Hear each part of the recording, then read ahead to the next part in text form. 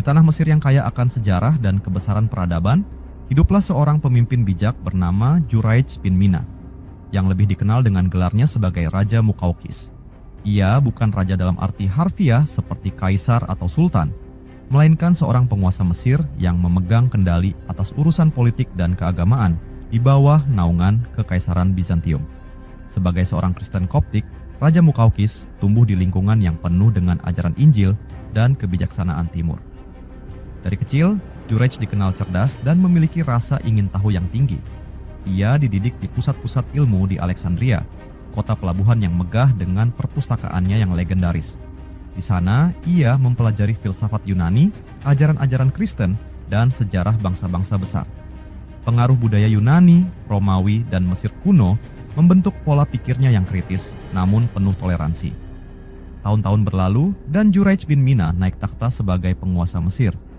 Pada masa pemerintahannya, dunia tengah menyaksikan kebangkitan seorang nabi di Jazirah Arab, Muhammad, seorang utusan Allah Subhanahu wa Ta'ala yang membawa ajaran tauhid.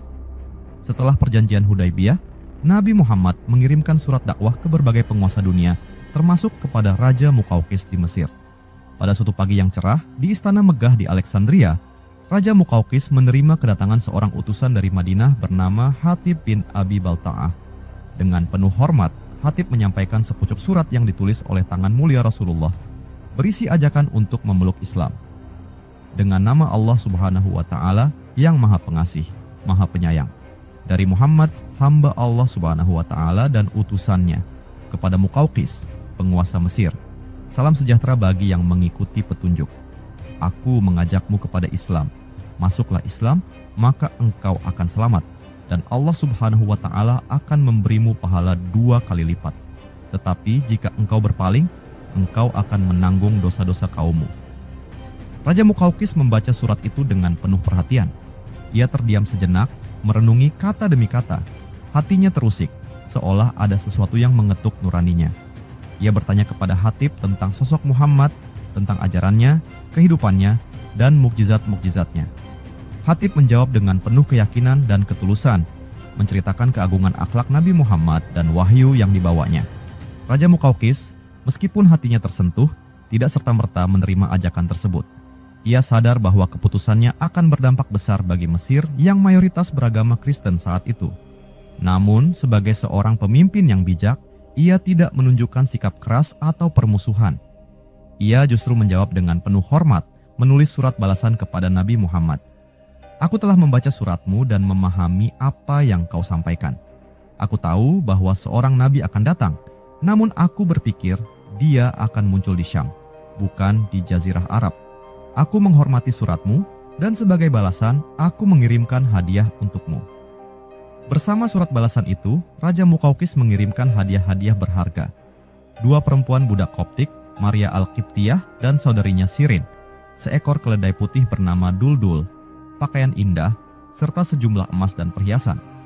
Maria Al-Qibtiyah kelak menjadi istri Rasulullah dan melahirkan putra beliau, Ibrahim, yang sangat dicintai Nabi.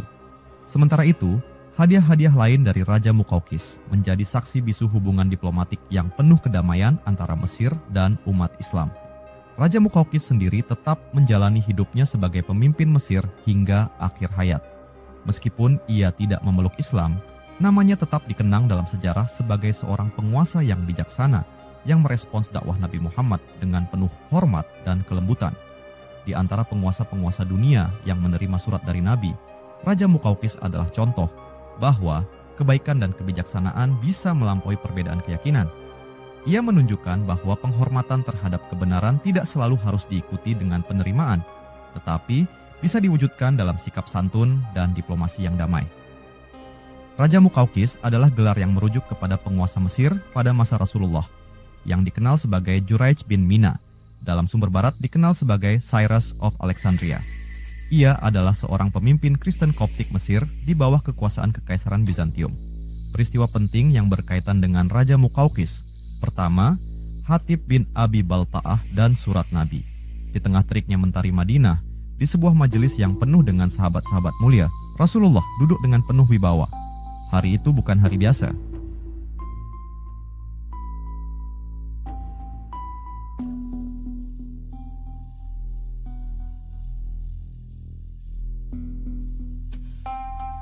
Sang Nabi tengah menyiapkan utusan-utusan untuk membawa pesan agung kepada para penguasa dunia. Pesan itu bukan sekadar surat biasa, melainkan dakwah dari langit, ajakan kepada tauhid, kepada kebenaran. Di antara para sahabat, berdirilah seorang pria sederhana, namun memiliki hati sekuat baja, Hatib bin Abi Balta'ah. Ia bukan dari kalangan bangsawan Quraisy, namun keimanan dan kecerdasannya membuatnya dipercaya Rasulullah untuk menjalankan misi penting. Rasulullah memanggilnya. Rasulullah, wahai Hatib, aku ingin engkau membawa suratku ini kepada Raja Muqawqis, penguasa Mesir. Sampaikanlah dengan hikmah dan kelembutan. Jangan gentar, karena engkau membawa kebenaran. Hatib menundukkan kepala dengan penuh takzim. Hatib, demi Allah Subhanahu wa Ta'ala dan Rasul-Nya, aku siap melaksanakan perintah ini. Semoga Allah Subhanahu wa Ta'ala meneguhkan hatiku dalam menyampaikan kebenaran. Dengan surat yang ditulis di atas lembaran kulit, Hatib berangkat melintasi padang pasir yang luas, menempuh perjalanan jauh menuju Mesir. Ia membawa bukan hanya pesan Nabi, tetapi juga harapan umat Islam untuk menyebarkan cahaya Islam ke penjuru dunia. Setelah perjalanan panjang melewati panasnya gurun dan hiruk-pikuk pasar Mesir, Hatib tiba di Alexandria, pusat kekuasaan Mesir. Istana Raja Muqawqis berdiri megah, penuh pilar-pilar marmer yang berkilauan di bawah sinar matahari. Para penjaga menatap Hatib dengan curiga, namun utusan dari tanah Arab itu tetap melangkah dengan tenang. Di hadapan Raja Muqawqis yang duduk di singgasana mewahnya, Hatib berdiri tanpa gentar. Para penasihat raja memandangnya dengan tatapan meremehkan, namun Hatib tidak peduli. Ia hanya peduli pada satu hal, menyampaikan amanah. Hatib menyerahkan surat Rasulullah dengan tangan gemetar, bukan karena takut, tetapi karena memahami betapa beratnya beban yang ia pikul. Muqawqis membuka surat itu dan mulai membaca. Dengan nama Allah Subhanahu wa Ta'ala yang Maha Pengasih, Maha Penyayang. Dari Muhammad, hamba Allah Subhanahu wa Ta'ala dan utusannya, kepada Muqawqis, penguasa Mesir. Salam sejahtera bagi yang mengikuti petunjuk. Aku mengajakmu kepada Islam. Masuklah Islam, maka engkau akan selamat. Allah Subhanahu wa Ta'ala akan memberimu pahala 2 kali lipat. Tetapi jika engkau berpaling, engkau akan menanggung dosa-dosa kaummu. Raja Muqawqis terdiam. Matanya menelusuri setiap kata dengan penuh perhatian. Lalu ia menatap Hatib. Muqawqis, apakah benar orang yang mengirim surat ini adalah seorang nabi? Seperti apa dia? Hatib mengangkat kepalanya. Suaranya penuh keyakinan. Hatib, ia adalah Muhammad bin Abdullah, seorang yang tidak pernah berdusta. Ia diutus Allah Subhanahu wa Ta'ala dengan kebenaran, membimbing kami dari kegelapan menuju cahaya. Ia tidak pernah mengajarkan kecuali kebaikan dan keadilan. Raja Muqawqis merenung sejenak. Ia adalah seorang yang cerdas, paham akan nubuat para nabi. Dalam hatinya, ia tahu ada sesuatu yang berbeda dalam surat ini. Namun, politik dan kekuasaan kadang lebih kuat dari keyakinan pribadi.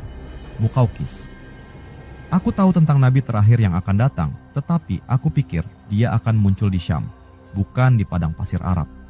Aku menghormati surat ini, namun aku tidak bisa meninggalkan keyakinan kaumku. Meski tidak menerima Islam, Raja Muqawqis bersikap lembut. Ia menulis surat balasan kepada Rasulullah dan menghadiahkan beberapa hadiah berharga. 2 perempuan Koptik bernama Maria dan Siren, seekor keledai putih bernama Duldul, serta pakaian dan emas. Hatib kembali ke Madinah, membawa balasan dari Raja Muqawqis. Di hadapan Rasulullah, ia menyerahkan surat balasan dan hadiah-hadiah itu. Hatib, wahai Rasulullah, inilah jawaban dari Raja Muqawqis. Ia menghormati suratmu, namun hatinya masih tertahan oleh keyakinan lamanya. Rasulullah menerima surat itu dengan tenang. Beliau tersenyum melihat hadiah-hadiah tersebut, lalu bersabda, dia menjaga kehormatannya dengan baik, dan Allah Subhanahu wa Ta'ala tidak akan menyia-nyiakan upaya seorang hamba. Hatib bin Abi Balta'ah mungkin tidak dikenal luas seperti Abu Bakar atau Umar, tetapi keberaniannya menorehkan sejarah. Ia adalah contoh bahwa dakwah tidak selalu harus dengan pedang atau perang, tetapi dengan kata-kata yang penuh kebijaksanaan, keberanian, dan ketulusan. Dalam setiap langkahnya, Hatib mengajarkan kita bahwa menjadi utusan kebenaran berarti siap menghadapi tantangan, meski sendirian di hadapan para raja dan penguasa. Karena ketika kebenaran ada di hati, keberanian mengikuti tanpa syarat. Kedua, bagaimana Raja Muqawqis memimpin Mesir. Di negeri Mesir yang megah, di mana sungai Nil mengalir tenang membawa kehidupan bagi tanah subur di sekitarnya, sejarah mencatat sosok seorang pemimpin yang dikenal sebagai Muqawqis. Namanya yang sebenarnya adalah Juraij bin Mina, seorang pria yang terlahir di tengah keluarga Kristen Koptik yang terhormat di Alexandria.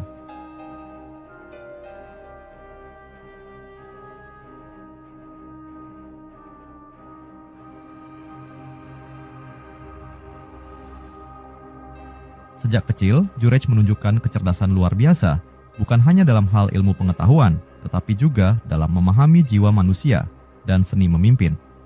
Juraij tumbuh di lingkungan yang penuh dengan pergolakan politik. Mesir saat itu berada di bawah kekuasaan Kekaisaran Bizantium, di mana para gubernur diangkat langsung oleh kaisar di Konstantinopel. Meski bukan dari kalangan bangsawan tinggi, kecerdasan Juraij dalam diplomasi dan keahliannya dalam memahami ajaran agama Kristen membuatnya dikenal di kalangan para pemimpin agama dan pejabat tinggi.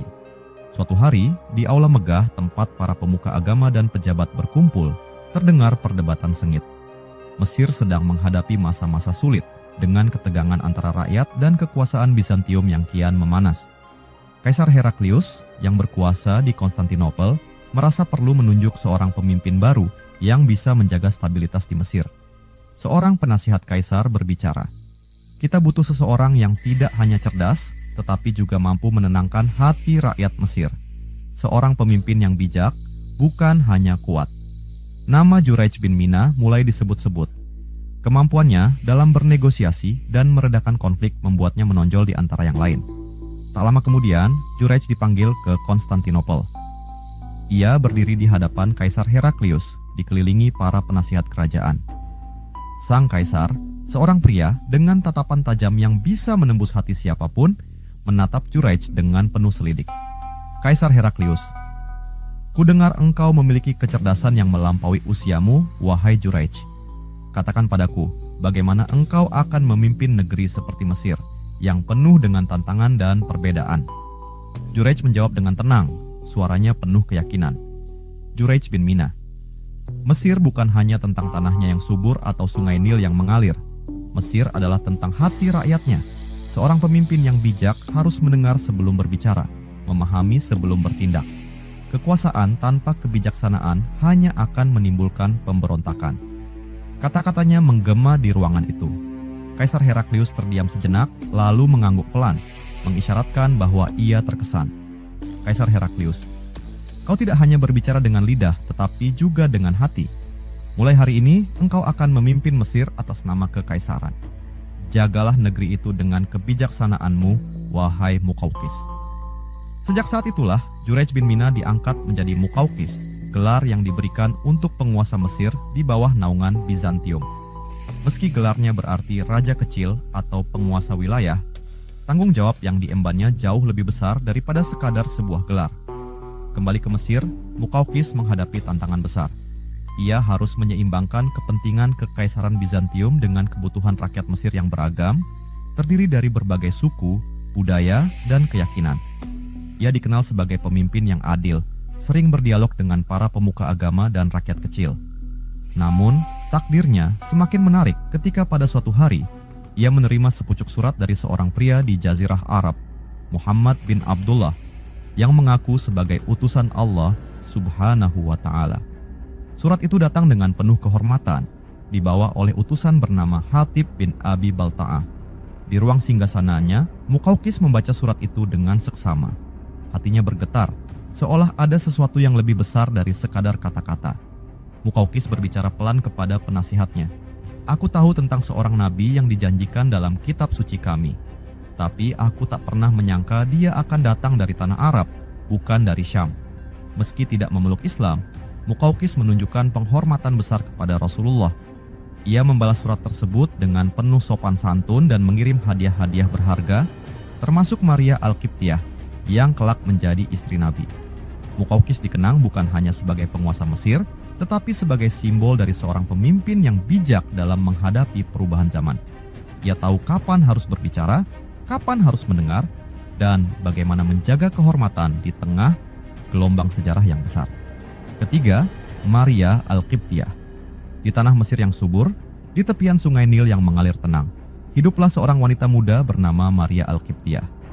Lahir dari keluarga Kristen Koptik, Maria tumbuh dalam lingkungan penuh tradisi dan kebudayaan Mesir yang kaya.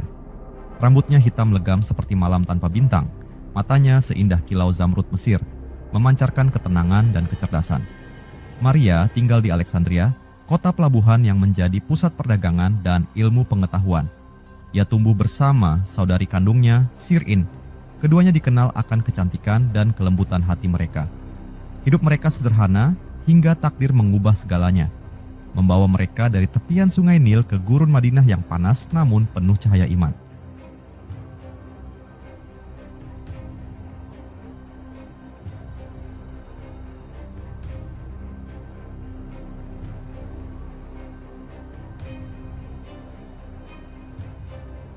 Semua bermula ketika Raja Muqawqis, penguasa Mesir, menerima surat dari Nabi Muhammad yang mengajaknya untuk memeluk Islam.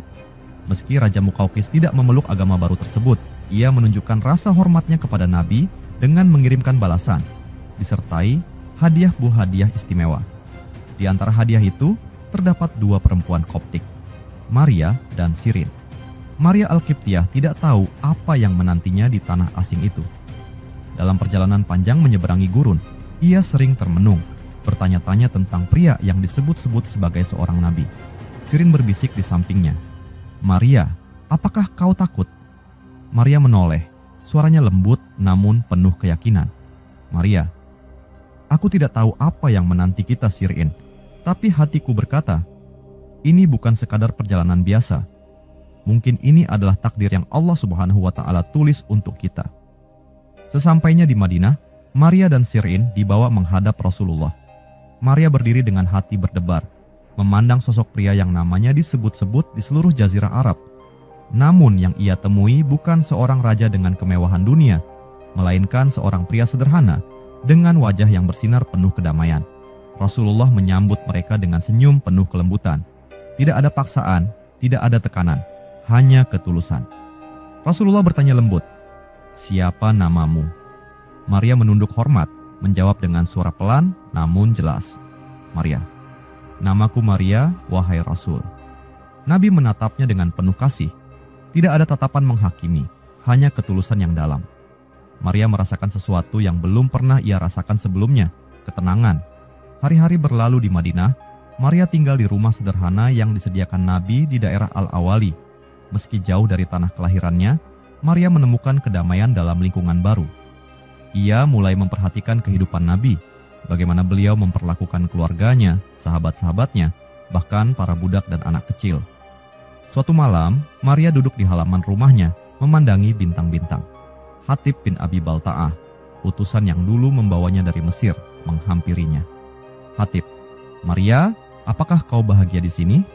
Maria menghela napas pelan, matanya masih menatap langit. "Maria, aku datang ke sini sebagai hadiah tanpa pilihan, tapi aku merasa hatiku menemukan sesuatu yang tidak pernah kurasakan di Mesir." Ia menoleh pada Hatib, suaranya pelan namun penuh keyakinan. "Maria, aku ingin memeluk Islam. Aku percaya bahwa Muhammad adalah utusan Allah Subhanahu wa Ta'ala." Maria pun mengucapkan syahadat di hadapan Nabi Muhammad dengan penuh keyakinan. Sejak saat itu, ia bukan lagi seorang tawanan atau hadiah. Ia adalah seorang muslimah, istri Nabi yang dicintai, bukan karena status atau asal-usulnya, tetapi karena imannya. Maria Al-Qibtiyah menjadi istri Nabi Muhammad. Hubungan mereka penuh dengan kelembutan dan kasih sayang.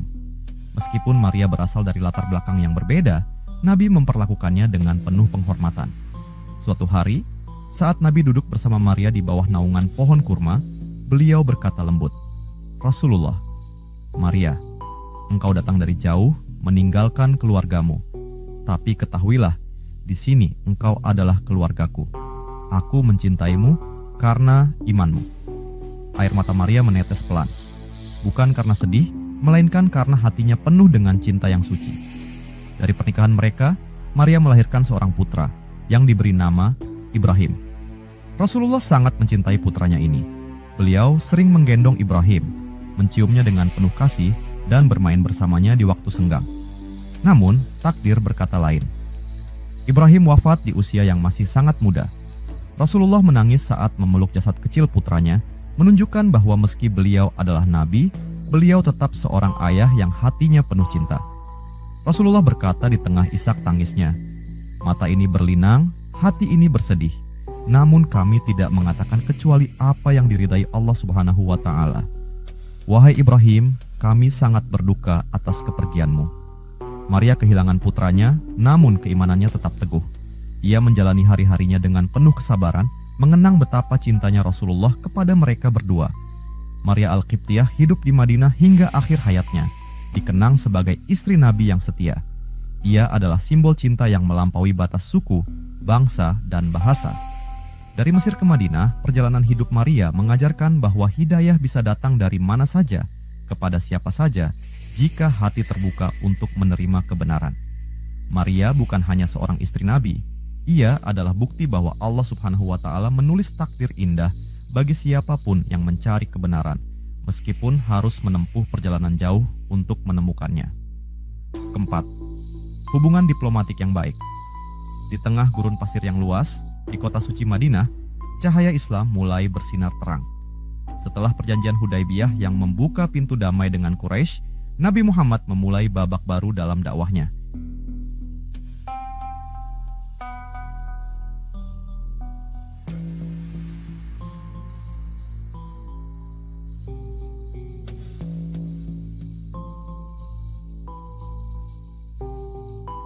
Beliau tak hanya berdakwah di Jazirah Arab, tetapi juga mengirim surat kepada para raja dan penguasa dunia, mengajak mereka untuk mengenal Islam dan mengakui kebenaran risalahnya.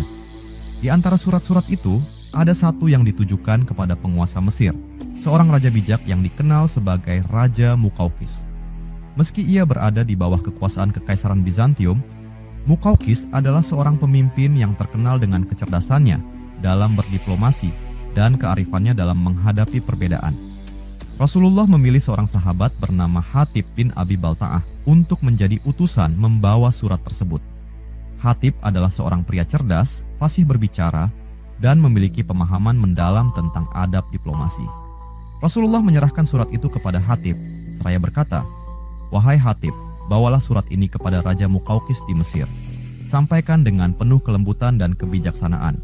Ingatlah, engkau adalah duta Islam, maka bicaralah dengan hati yang jujur." Hatib mengangguk penuh hormat. Hatib, "Demi Allah Subhanahu wa Ta'ala dan Rasul-Nya, aku akan menjaga amanah ini dengan sebaik-baiknya." Perjalanan panjang pun dimulai. Hatib menyeberangi padang pasir, melintasi gurun yang panas, dan akhirnya tiba di kota Alexandria, tempat istana megah Raja Muqawqis berdiri di tepi Laut Mediterania. Di sebuah aula besar yang dipenuhi tiang-tiang marmer putih, Raja Muqawqis duduk di singgasananya, dikelilingi oleh para penasihat dan pemuka agama Koptik. Hatib bin Abi Balta'ah berdiri di hadapannya dengan penuh percaya diri, meski di hadapan seorang penguasa besar. Hatib menyerahkan surat Rasulullah yang dimulai dengan nama Allah Subhanahu wa Ta'ala yang Maha Pengasih, Maha Penyayang. Dari Muhammad, hamba Allah Subhanahu wa Ta'ala dan utusannya kepada Muqawqis, penguasa Mesir. Salam sejahtera bagi yang mengikuti petunjuk. Aku mengajakmu kepada Islam. Masuklah Islam, maka engkau akan selamat, dan Allah Subhanahu wa Ta'ala akan memberimu pahala 2 kali lipat. Tetapi jika engkau berpaling, engkau akan menanggung dosa-dosa kaummu. Muqawqis membaca surat itu dengan seksama. Wajahnya tidak menunjukkan kemarahan, melainkan ketertarikan. Ia menoleh kepada Hatib. "Muqawqis, apakah orang ini benar-benar seorang nabi? Seperti apa dia?" Hatib menjawab dengan tenang, suaranya penuh keyakinan. "Hatib, dia adalah Muhammad bin Abdullah, seorang yang tidak pernah berdusta, bahkan sebelum diangkat menjadi nabi. Dia mengajarkan kebenaran, keadilan, dan kasih sayang. Dia adalah utusan Allah Subhanahu wa Ta'ala, membawa cahaya bagi mereka yang ingin melihat kebenaran." Muqawqis terdiam sejenak, lalu bertanya lagi, "Muqawqis, jika dia benar seorang nabi, mengapa dia tidak datang dari tanah Syam, tempat para nabi sebelumnya diutus?" Hatib tersenyum bijak. "Hatib, Allah Subhanahu wa Ta'ala mengutus nabinya di mana dia kehendaki. Bukankah Musa diutus di Mesir dan Ibrahim berasal dari Babilonia? Allah Subhanahu wa Ta'ala memilih Rasulullah di tanah Arab karena di sanalah kegelapan jahiliyah paling pekat, dan kini cahaya itu menyinari dunia. Muqawqis mengangguk perlahan. Ia terkesan dengan cara Hatib berbicara. Tidak ada rasa takut, tidak ada sikap merendah, tetapi juga tidak ada kesombongan. Raja Muqawqis tidak marah atau menolak surat itu dengan kasar, berbeda dengan beberapa penguasa lain yang menanggapi dakwah Nabi Muhammad dengan permusuhan. Ia berkata kepada penasihatnya, "Muqawqis, aku tahu dia bukan orang biasa. Surat ini penuh dengan kebijaksanaan. Namun, aku tidak bisa meninggalkan keyakinan nenek moyangku. Meski begitu, aku akan menghormati utusan ini sebagaimana dia menghormati kita." Muqawqis menulis surat balasan kepada Rasulullah, penuh dengan kata-kata sopan, tanpa penghinaan atau penolakan keras. Sebagai tanda penghormatan, ia mengirimkan hadiah-hadiah berharga. 1. Maria Al-Qibtiyah dan saudarinya, Sirin. 2. Seekor keledai putih bernama Duldul. 3. Seorang budak laki-laki, serta 4. Beberapa kain sutra halus dan perhiasan. Muqawqis berkata kepada Hatib sebelum ia kembali ke Madinah, "Sampaikan salamku kepada tuanmu. Aku menghormati dakwahnya, meski aku belum mampu menerimanya. Semoga hadiah ini menjadi tanda persahabatan kita." Hatib mengangguk hormat. "Hatib, aku akan sampaikan kepada Rasulullah.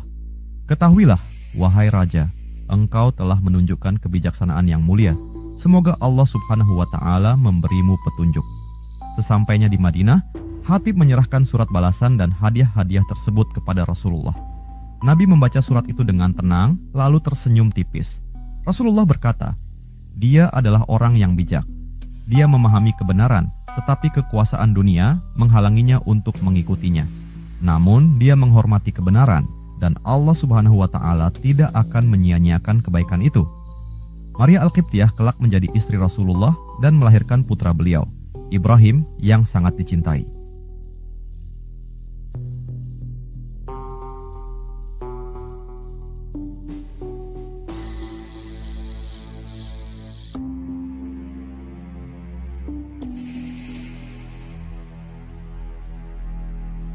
Hadiah sederhana ini menjadi simbol bagaimana diplomasi Islam dibangun, bukan dengan paksaan, tetapi dengan kelembutan dan hikmah.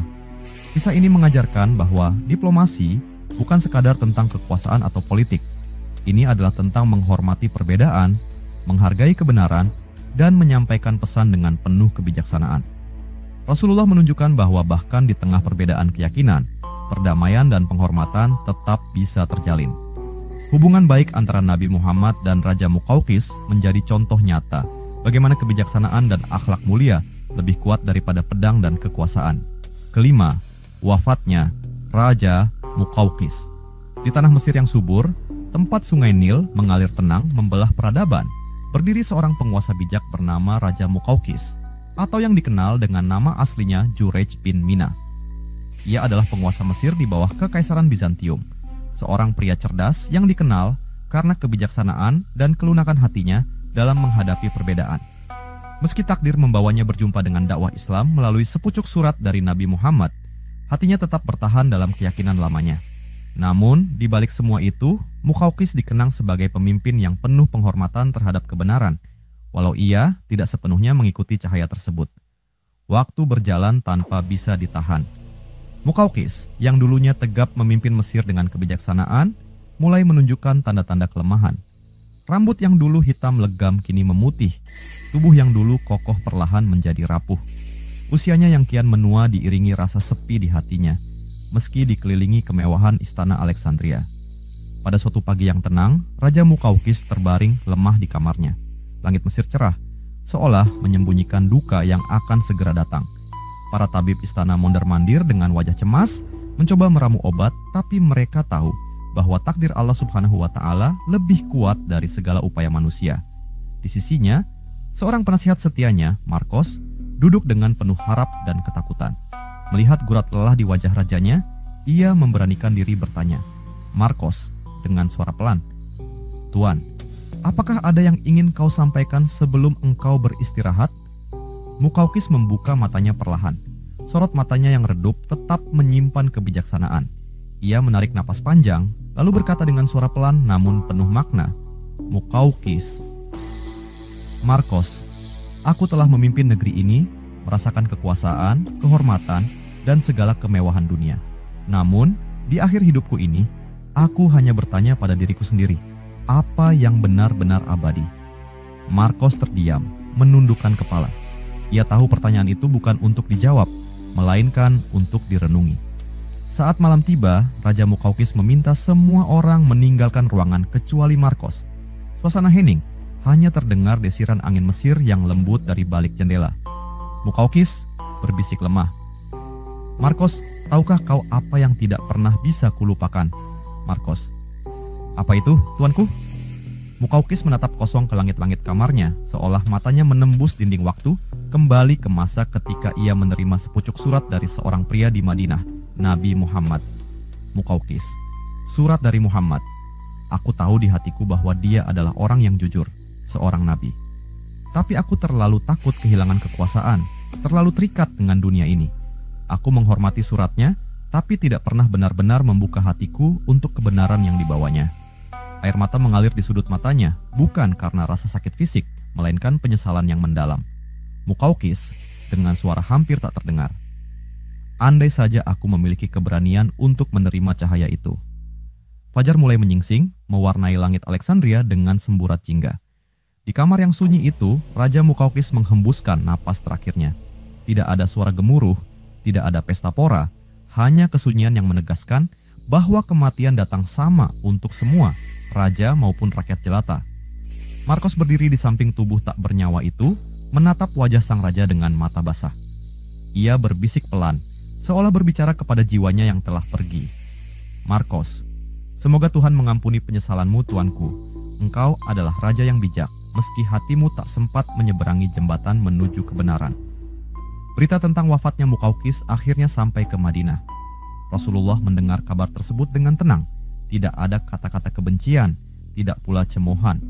Sebaliknya, beliau berkata dengan penuh kebijaksanaan, Rasulullah, dia telah menjaga amanahnya dengan baik dan memperlakukan utusan Allah Subhanahu wa Ta'ala dengan hormat.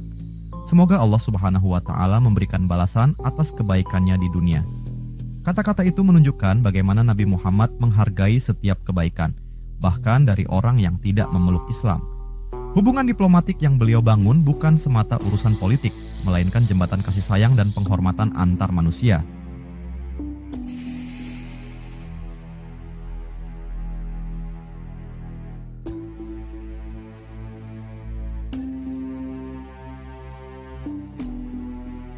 Raja Mukaukis meninggalkan warisan, bukan hanya dalam bentuk kekuasaan atau kemegahan istana.